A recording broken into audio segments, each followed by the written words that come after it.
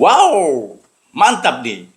Akhirnya Pak Yusuf Hamka akan membuka siapa orang-orang di balik BNP Paribas cabang Singapura yang saat ini memegang 59% saham CMNP. Yusuf Hamka juga akan membuka rahasia bagaimana beliau bisa menjadi penerima manfaat akhir dari CMNP, khususnya kepada para duafa pelanggan nasi kuningnya. Tujuannya sangat mulia dan luar biasa, yaitu agar pelanggan nasi kuningnya yang saat ini masih termasuk, mohon maaf, kaum duafa, kelak bisa memiliki tol-tol yang saat ini dijual oleh PT Waskita Karya seperti Pak Yusuf Hamka. Bahkan mungkin saja bisa bersama-sama dengan Bapak Yusuf Hamka membangun tol Cisandawu dari nol.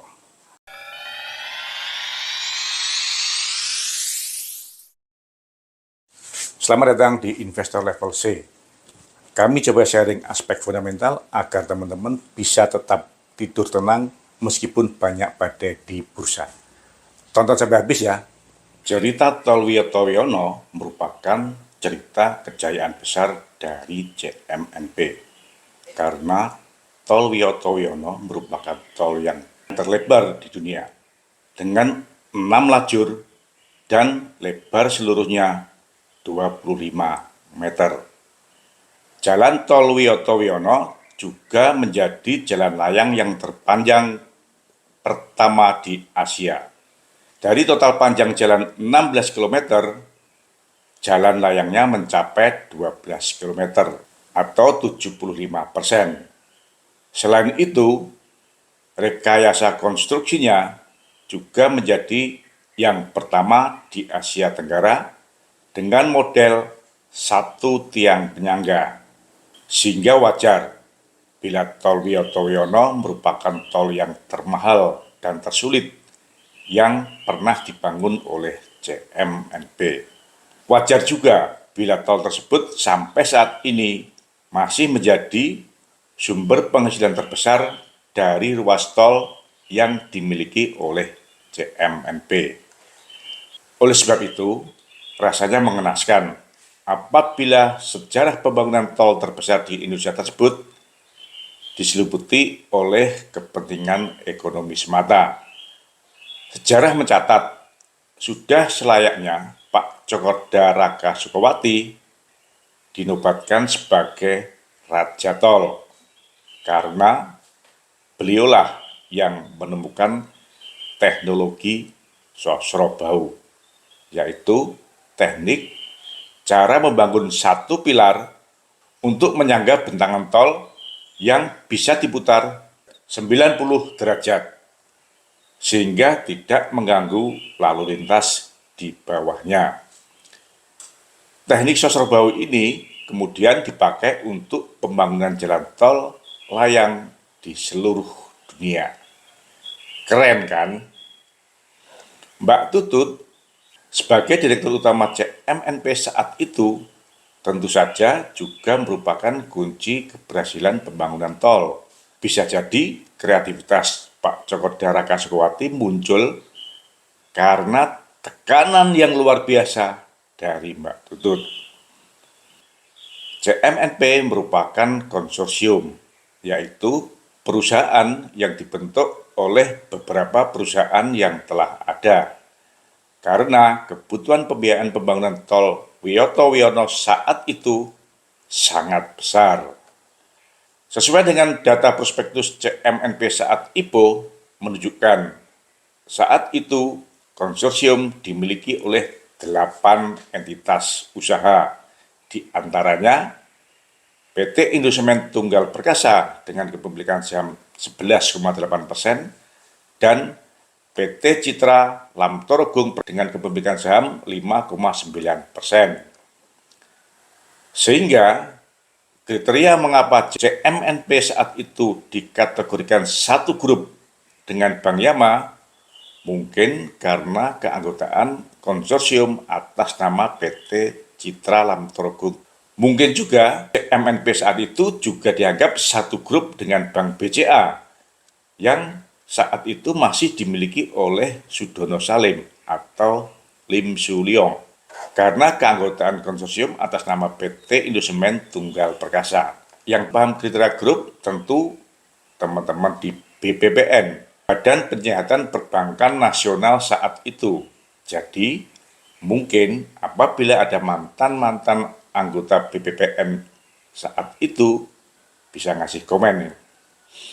Mengapa jalan tol sepanjang 15,66 km ini akhirnya diberi nama Jalan Tol Insinyur Wiyoto Wiono?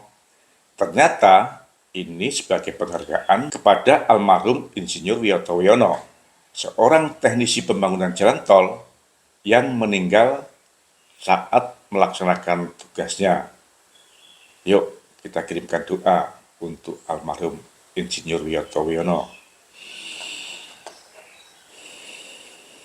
Setelah konsorsium CMNP menyelesaikan tol Wiyoto Wiono pada Maret 1990, 8 tahun kemudian, tahun 1998, krisis ekonomi melanda, sehingga konsorsium CMNP pun mulai berantakan.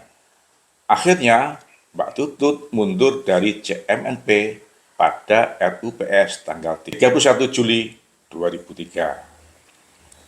CMNP memenangkan sengketa deposito setelah melalui upaya peninjauan kembali yang telah diputus oleh Mahkamah Agung pada Januari 2010. Jadi, keputusan Mahkamah Agung tersebut telah inkrah atau berkekuatan hukum tetap. Namun, bila ditanyakan mengapa putusan Mahkamah Agung bisa memenangkan CMNP, tentu hanya Hakim Mahkamah Agung saat itu yang bisa menjawabnya. Yang perlu dipahami, saat itu aparat penegak hukum sedang diliputi suasana galau. Bagaimana tidak, pada Juli 2001 terjadi pembunuhan Hakim Agung secara sadis. Hakim Agung Saifuddin Kartasasmita ditembak orang tidak dikenal dari jarak dekat dengan 4 peluru di dadanya. Dan proses gugatan deposito CMNP dimulai pada tahun 2004 melalui Pengadilan Negeri Jakarta Selatan. Sehingga bisa dipastikan saat itu banyak aparat penegak hukum yang masih dalam kondisi galau. Namun beruntungnya putusan Mahkamah Agung hanya menentukan tambahan denda bunga 2% per bulan apabila pembayaran deposito mundur tanpa menentukan batas akhirnya. Sehingga menurut saya sah-sah saja bila negara menunda-nunda pembayarannya. Bukan karena negara tidak mampu dan juga bukan karena negara tidak mau, karena toh sudah berkekuatan hukum tetap. Namun karena masih banyak kepentingan rakyat yang harus diutamakan. Jadi bila pembayaran yang dilakukan H-1 kiamat nanti pun juga nggak apa-apa. Yang penting akan dibayar oleh negara lunas berikut bunga-bunganya. Untuk mengurai CMNP ini, saya melakukan pendekatan dari dua sisi. Yang pertama, dari sisi perubahan pemegang saham.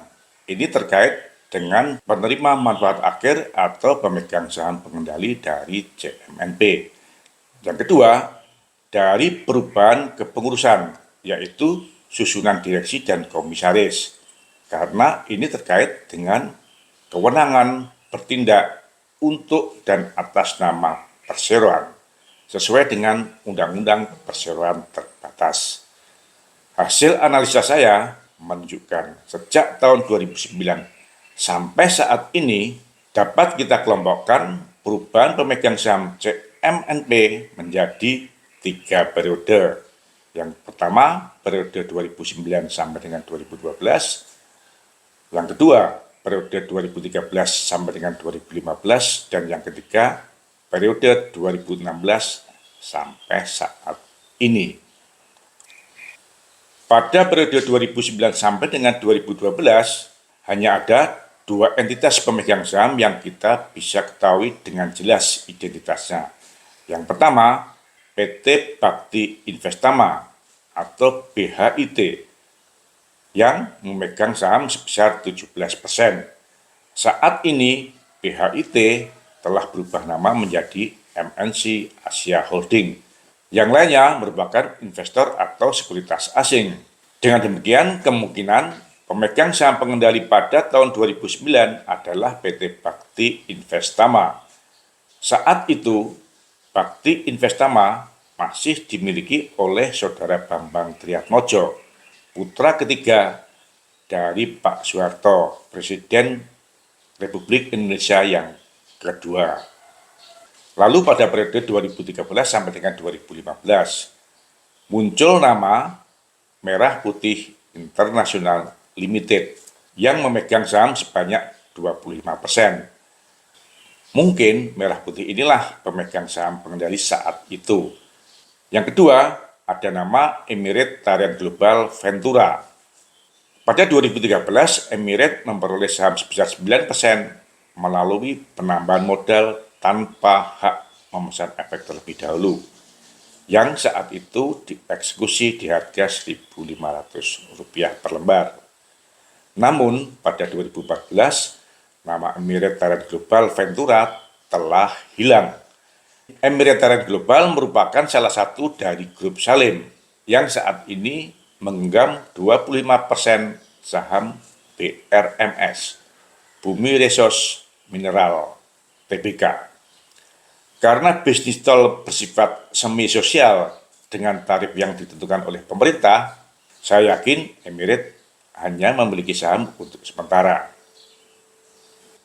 Pada tahun 2014 juga masuk nama Tridan Purnamasari Limited yang menggenggam saham sebanyak 10%. Namun, Tridan Purnamasari juga hanya bertahan selama 1 tahun.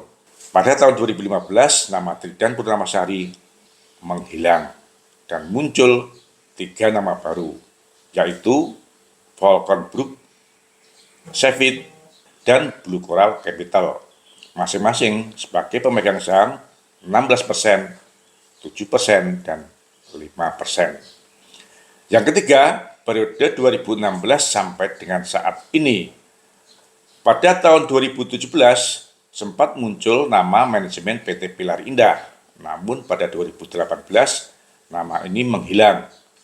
Pada 2018 juga sempat muncul nama PT Raja Berkah Tentram.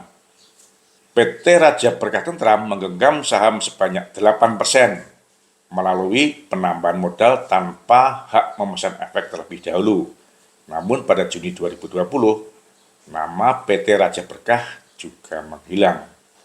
Jadi sejak 2016, selain detail hanya muncul nama BNP Paribas Singapura dan Fitria serta Faisal Yusuf, anak-anak dari Yusuf Hamka. Namun dengan catatan, menghilangnya nama pihak-pihak yang pernah memegang saham CMNP bukan jaminan mereka telah melepas saham CMNP.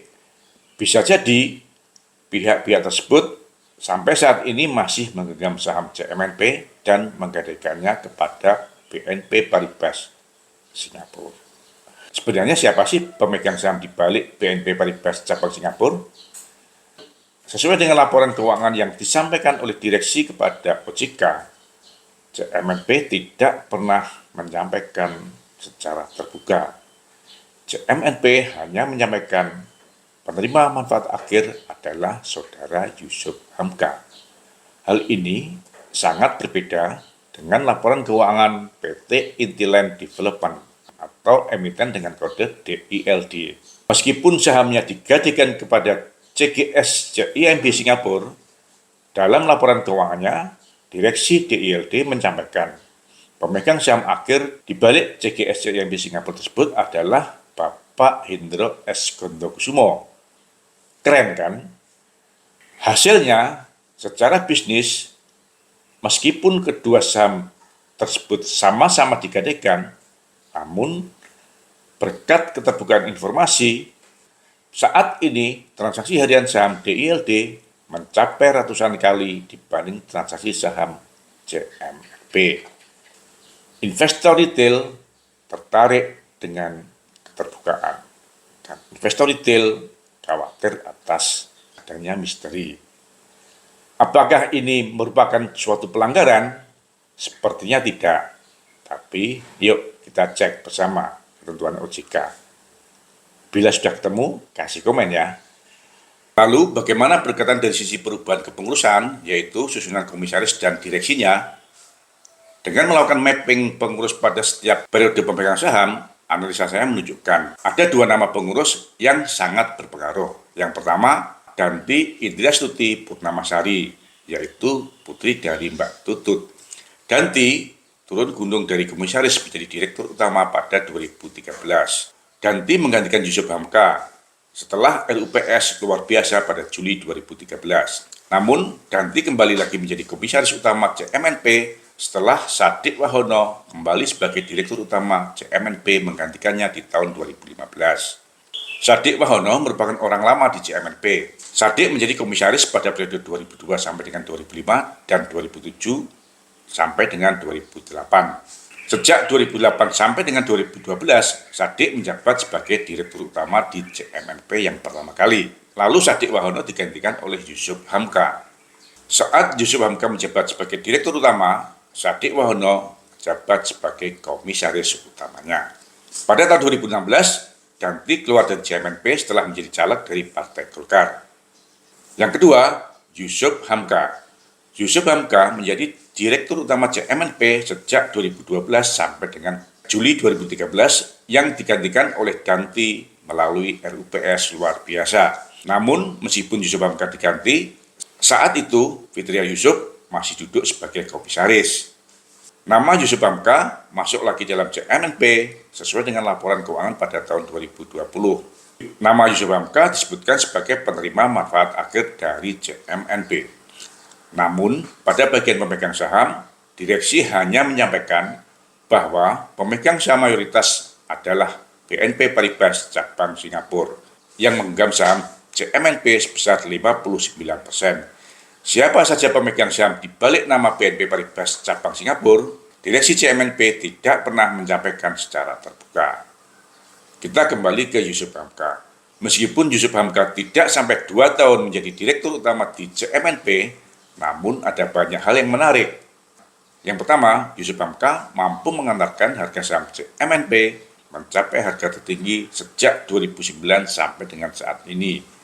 Pada tanggal 30 Juni 2013, menjelang Yusuf Hamka diganti, saham CMNP ditutup di harga Rp3.075 per lembar.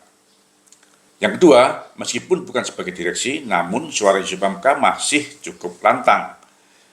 Yusuf Hamka lebih dikenal sebagai pihak yang berwenang mewakili CMNP dibandingkan dengan direksinya saat ini.